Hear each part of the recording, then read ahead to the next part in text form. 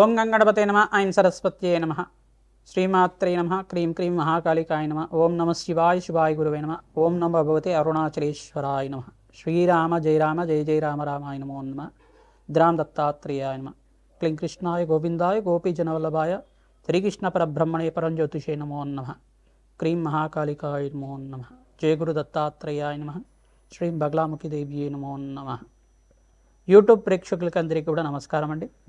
నేను పాలపర్తి గురునాథ శర్మ జ్యోతిష్యం వాస్తు సిద్ధాంతిని మీకంతా కూడా ఈ యొక్క గ్రహాల యొక్క స్థితిగతి కలియిక వాటి ప్రభావం అంతా కూడా జ్యోతిష్య శాస్త్ర ప్రామాణికంగా అంతా కూడా విశ్లేషణ చేయడం జరుగుతుంది.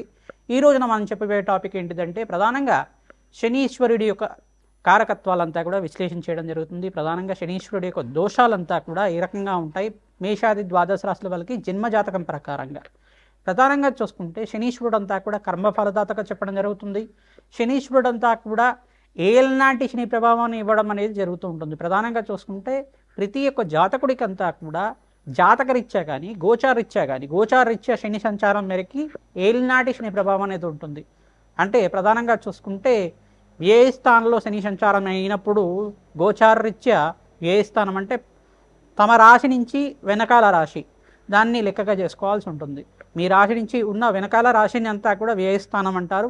జన్మస్థానం మళ్ళీ మీ రాశి ఉన్న స్థానంలో జన్మస్థానం అని చెప్పేసి అంటారు. మరి ధనస్థానం అని చెప్పేసి అంటే కుటుంబ స్థానము, ధనస్థానం అని చెప్పేసి అంటే కనుక మీ రాశి కన్నా ముందు ఉండే స్థానం అంతా కూడా ద్వితీయ స్థానము, ధనస్థానం అని చెప్పేసి అంటారు. ఈ మూడు స్థానాల్లో కనుక గోచారరీత్యా శనీశ్వర సంచారం అంతా కూడా జరిగినప్పుడు మీకంతా కూడా ఏలినాటి శని ప్రభావం అనేది జరగడం జరుగుతుంది. తద్వారా మీకంతా కూడా గోచారీత్యా ఫలితాలంతా కూడా చెప్పడం జరుగుతుంది. ప్రధానంగా ఈ ఫలితాలంతా కూడా చూసుకుంటే జన్మజాతకం ప్రకారంగా ఉంటాయి కావున మీరు విశ్లేషణ చేసుకొని జాతకరీత్యా ఈ యొక్క జ్యోతిష్ సిద్ధాంతులతో మీరంతా కూడా పరిహారం అంతా కూడా ఆచరించడం వల్ల శుభ ఫలితాలు పొందడానికి ఆస్కారం ఉంటుంది. ప్రధానంగా గోచారరీత్యా శనీశ్వర సంచారం మేరకి ఇంతకుముందు చెప్పిన విధానంగా అంతా కూడా మీకు గ్రహాల యొక్క గోచారరీత్యా శనీశ్వరుడి యొక్క గోచార సంచారం మేరకు మాత్రమే ఏలినాటి శని ప్రభావం అనేది 7.5 సంవత్సరం వరకు ఉంటుందన్నమాట. ప్రతి ఒక్క జాతకుడికి అంతా కూడా 2 సార్లు కానీ కొన్ని మంది జాతకులకి కనుక ఈ యొక్క వాళ్ళ ఆయుష్ ప్రమాణం బట్టి 3 సార్లు కూడా రావడం జరుగుతుంది. ప్రధానంగా చూసుకుంటే జాతకమే ప్రధానమైన జాతకంగా ఉంటుంది. జన్మజాతకం పుట్టిన సమయాన్ని బట్టి పుట్టిన లగ్నాన్ని బట్టి జాతకం అనేది ఆధారపడి ఉంటుంది. గోచారరీత్యా అంతా కూడా శనీశ్వర సంచారం అంతా కూడా చూసుకుంటే ప్రస్తుతానికంతా కూడా ఈ యొక్క మీనరాశిలో శనీశ్వర సంచారం అంతా కూడా జరుగుతుంది. ప్రధానంగా ఏలినాటి శని ప్రభావం అంతా కూడా చూసుకుంటే ఈ యొక్క మేషాది ద్వాదశ రాశుల వాళ్ళకి ప్రధానంగా మేషరాశి జాతకులకి ఏలినాటి శని ప్రభావం అనేది ఉన్నది.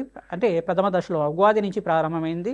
ఈ యొక్క ప్రథమ దశలో ఇప్పుడే ప్రారంభమైంది కాబట్టి వాళ్ళకి ఏలినాటి శని ప్రభావం 7.5 సంవత్సరాల వరకు ఉంటుంది. మళ్ళీ ఇక్కడ చూసుకుంటే శనీశ్వరుడు అంతా కూడా మీనరాశి వాళ్ళకంతా కూడా 2వ స్థానంలో ప్రధానంగా చూసుకుంటే వాళ్ళకి మేషరాశిలో అంటే మేషరాశి నుంచి వాళ్ళకంతా కూడా చూసుకుంటే వ్యయస్థానం అవుతుంది. శనీశ్వరుడు అంతా కూడా మీనరాశి.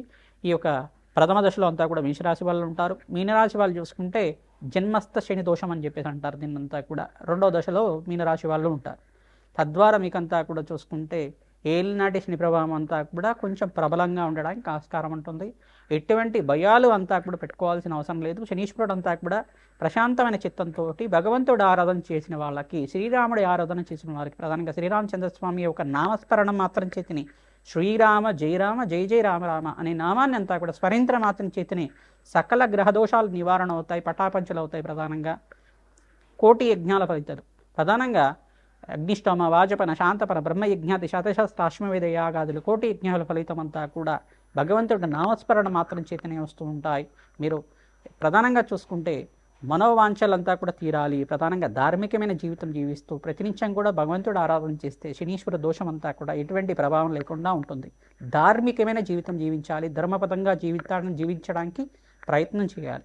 ప్రతి విషయంలో కూడా ధర్మపదంగా జీవితాన్ని నడవడిక అనేది ఉంటే కనుక అమ్మవారి అనుగ్రహం వల్ల మీకు అంతా కూడా మంచి జరగడానికి ఆస్కారం ఉంటుంది. సకల గ్రహదోష నివారణకంతా కూడా మీకు పరిష్కారం చెప్పడం జరుగుతుంది. ప్రధానంగా ఈ యొక్క మీనరాశి వాళ్ళకి 2వ దశలో ఉంటుంది. కుంభరాశి వాళ్ళకంతా కూడా 3వ దశలో ఏలినాటి శని ప్రభావం అనేది ఉంటుంది. ఈ గ్రహదోషాలంతా కూడా నివారణ అవ్వాలి అంటే కనుక ప్రధానంగా కాలభైరవ స్వామి ఆరాధన విశేషంగా చేసుకుంటూ ఉండాలి. ప్రతినిత్యం కూడా ప్రతి మాసంలో మీరు పౌర్ణమి లేదు అమావాస్య వేళల్లో కానీ, మరి అష్టమి నవి తిథుల్లో కానీ, ప్రధానంగా శనివారం వేళల్లో కానీ రావి చెట్టు వేప చెట్టు ఉన్న ప్రాంతం దగ్గర ఈ యొక్క నువ్వుల నూనెతో దీపారాధన చేసి అక్కడ పిప్పలాద ఋషి ప్రోక్త శని స్తోత్రం అనే స్తోత్రం ఉంటుంది. ఆ స్తోత్రాన్ని అంతా కూడా ప్రతినిత్యం కూడా పఠనం చేసుకోవడం, పిప్పలాద ఋషి యొక్క నామస్మరణ మాత్రం చేతిని ఏలినాటి శని ప్రభావం అంతా కూడా నివారణ అవుతుందని చెప్పేసి వరమించారన్నమాట. ఈ యొక్క తద్వారా పిప్పలాద ఋషి యొక్క చరిత్రనంతా కూడా పారాయణం చేసుకోవడం, వెంకటేశ్వర స్వామి వారి ఆరాధనతో మీరు పిండి దీపారాధన అంతా కూడా ఆచారం మేరకి మీకు అదంతా కూడా ఇంట్లో పిండి దీపారాధన అంతా చేసి వెంకటేశ్వర స్వామి వారి యొక్క నామస్మరణ చేసుకోవడం, గోవిందనామాలు కానీ అష్టోత్తరనామాలు కానీ తులసిమాల సమర్పించి అంతా కూడా తులసితోటి అష్టోత్తరనామాలు అంతా కూడా ఆచరించడం వల్ల ఏలినాటి శని ప్రభావం పోతుంది. తద్వారా మీకంతా కూడా ఆనందమైన జీవితం జీవించడానికి అష్టైశ్వర్య ప్రాప్తి కలగడానికి ఆస్కారం ఉంటుంది. కర్మఫలదాత శని అంతా కూడా ప్రధానంగా చూసుకుంటే శనిశ్చరాయ నమః, నిదానంగా నడిచేవారు అని చెప్పేసి, మందగమనుడు అని చెప్పేసి చెప్తారు. ఛాయా మార్తాండ సంబోధుడిగా చెప్పడం జరుగుతుంది. న్యాయ నిర్ణేతగా, న్యాయ ఫలదాతగా, కర్మ ఫలితాన్ని అనుభవించే విధంగా చేయడం జరుగుతుంది. శనీశ్వరుడు అంతా కూడా ప్రధానంగా చూసుకుంటే ధర్మపదంగా జీవితం జీవించే వాళ్ళకి ఎటువంటి దోషాలంతా కూడా లేకుండా చేస్తారు. రాజునంతా కూడా వాళ్ళ ధార్మికమైన జీవితం అంతా కూడా ఏ రకంగా ఉంది, ధర్మపదంగా జీవిత విధానం ఉందా లేదా, వీళ్ళు జీవితంలో అంతా కూడా ఎటువంటి శ్రేయస్సు కోరుకుంటున్నారు, ప్రధానంగా మానవాళికంతా కూడా ఎటువంటి శ్రేయస్సు చేస్తున్నారు అనేది రాజు యొక్క జీవిత విధానాన్ని బట్టి ఉంటుంది. ఈ యొక్క రాజునంతా కూడా పరీక్ష పెడుతుంటారు. తద్వారా మీకంతా కూడా మానవాళికి శ్రేయస్సు ఏ రకంగా జరుగుతూ ఉంటుంది. శనీశ్వరుడు అంతా కూడా మానవాళి మీద కూడా తమ యొక్క శక్తిని అంతా కూడా వక్రదృష్టిని కావచ్చు, ఏలినాటి శని ప్రభావం వల్ల కావచ్చు, కర్మ ఫలితాన్ని అనుభవించే విధంగా చేయడం మాత్రం చేస్తుంటారు. ఎప్పుడైతే కనుక భగవంతుడు ఆరాధన, శనీశ్వర అభిషేకాలంతా కూడా ఆచరిస్తూ ఉంటాం, పరమేశ్వరుడు అభిషేకాలంతా కూడా ఆచరించడం వల్ల సకల గ్రహదోష నివారణ అవుతుంది. మీరు చేసుకున్న కర్మ ఫలితాన్నంతా కూడా దుష్కర్మలు ఏమైనా పూర్వజంలో చేసుకుని ఉంటే తెలిసి కానీ తెలియకుండా కానీ సకల గ్రహదోష నివారణ జరుగుతుంది, సకల పాప విముక్తి అవుతుంది, సకల పాపాలంతా కూడా పటాపంచలు అవ్వడానికి ఆస్కారం ఉంటుంది. ఈ యొక్క స్తోత్రాలంతా కూడా పఠనం చేసుకుంటూ ఉండాలి.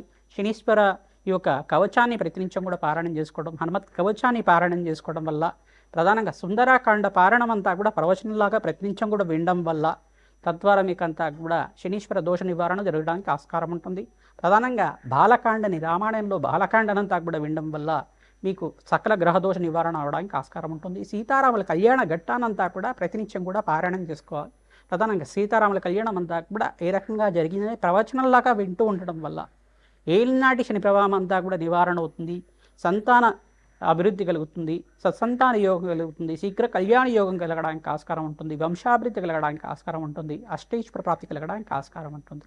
ఇటువంటి పారాయణాలు చేసుకోవడం వల్ల అష్టైశ్వర్య ప్రాప్తి కలుగుతుంది. తిలహోమం అనేది చేస్తూ ఉంటారు. ప్రధానంగా పురుష సూక్త విధానంగా మూలమంత్ర సహితంగా ఈ యొక్క కాలభైరవ శాంతి హోమాది కార్యక్రమాలు కానీ, ప్రత్యంగరాదేవి హోమాది కార్యక్రమాలు కానీ, ప్రధానంగా మహాకాళి మూలమంత్ర సహితంగా కాలభైరవ శాంతి హోమాది కార్యక్రమాలు కానీ, దత్తాత్రేయ శాంతి హోమాది కార్యక్రమాలు కానీ ఆచరించడం వల్ల ఏలినాటి శని ప్రభావం అంతా కూడా నివారణ అవ్వడానికి ఆస్కారం ఉంటుంది. ప్రధానంగా హనుమతారాధనలో భాగంగా ప్రతినిత్యం కూడా సింధూరాభిషేకాది కార్యక్రమాలు, వడమాల సమర్పించడం, నాగవల్లి దళార్చన పూజ అంతా కూడా ఆచరించడం, అరటి పళ్ళంతా కూడా స్వామివారికి నివేదన చేసి, అరటి పళ్ళతో అష్టోత్తరనామాలు సహస్రనామాలతో చేసి ఆ అరటి పళ్ళంతా కూడా స్వామివారికి నివేదన చేసి ఆ అరటి పళ్ళతోటి హోమానంతా కూడా ఆచరించడం, మూలమంత్ర సహితంగా శ్రీరామ మూలమంత్ర సహితంగా హనుమత్ మూలమంత్రంతో సంపుటితం చేసుకొని హోమానంతా కూడా ఆచరించి ఆ అరటి పళ్ళంతా కూడా నివేదన చేసిన అరటి పళ్ళన్నీ కూడా భక్తులకి పంచడం వల్ల మీ జాతకరీత్యా ఉన్న సకల గ్రహదోష నివారణ అవుతుంది. మన్య సూక్త పారాయణం ఆచరించాలి. తద్వారా పవమాన సూక్త పారాయణం ఆచరించడం వల్ల సకల గ్రహదోష నివారణ అవుతుంది. తద్వారా అష్టైశ్వర్య ప్రాప్తి కలగడానికి ఆస్కారం ఉంటుంది. శ్రీరామ జయ రామ జయ జయ రామ రామ నామాన్ని ప్రతినిత్యం కూడా నామాన్ని స్మరణం చేయండి. తద్వారా నామస్మరణ చేసుకుంటూ హనుమత్ ఆలయంలో ప్రదక్షిణాలు చేయడం, ప్రధానంగా శ్రీరామచంద్ర స్వామి ఆలయంలో కూడా ప్రదక్షిణాలు ఆచరించడం, ప్రతినిత్యం కూడా నవగ్రహాలకి 27 ప్రదక్షిణాలు చేయడం వల్ల మంచి పుణ్య కలుగుతుంది. సకల గ్రహదోష నివారణ అవుతుంది. ఏలినాటి శని ప్రభావం, అర్ధాష్టమ శని ప్రభావం అంతా కూడా నివారణ అవడానికి ఆస్కారం ఉంటుంది. ప్రధానంగా ధనుస్సు రాశి జాతకులకంతా కూడా చూసుకుంటే దృష్టి అనేది పడింది. ప్రధానంగా దశమ దృష్టి అంతా కూడా ధనుసు రాశి జాతకులకంతా కూడా పడింది. సప్తమ దృష్టి అంతా కూడా కన్యారాశి వాళ్ళకంతా కూడా పడింది.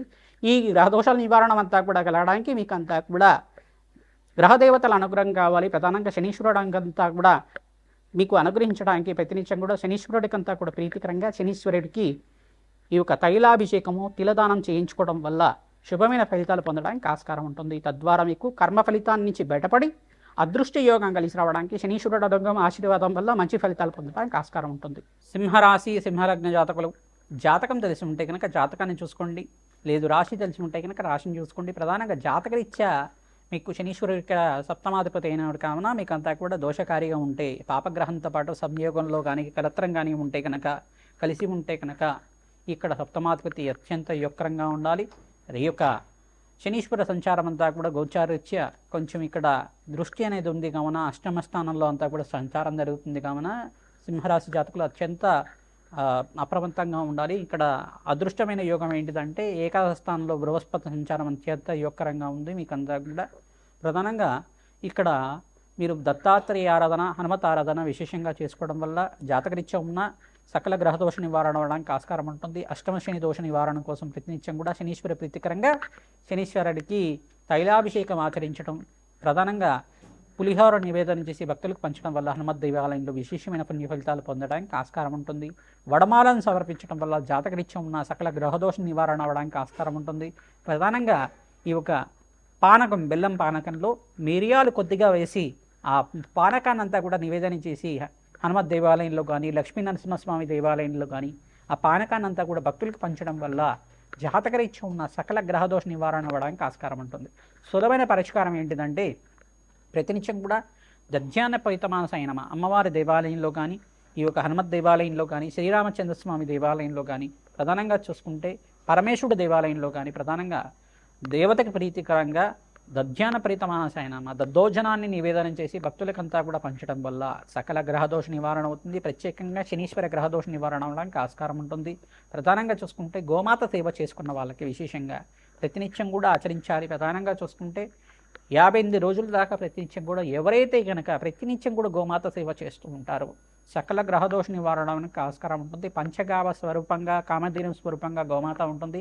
సకల దేవతా స్వరూపంగా గోమాత ఉంటుంది. కావున గోమాతకి అలంకరణ చేసి గోమాతకి పచ్చిక తెలకపిండి గ్రాసాన్ని సమర్పించి గోమాతకంతా కూడా ప్రదక్షిణాలంతా కూడా ఆచరించడం వల్ల మంచి ఫలితాలు పొందుతారు. శ్రీమాత్రే నమః.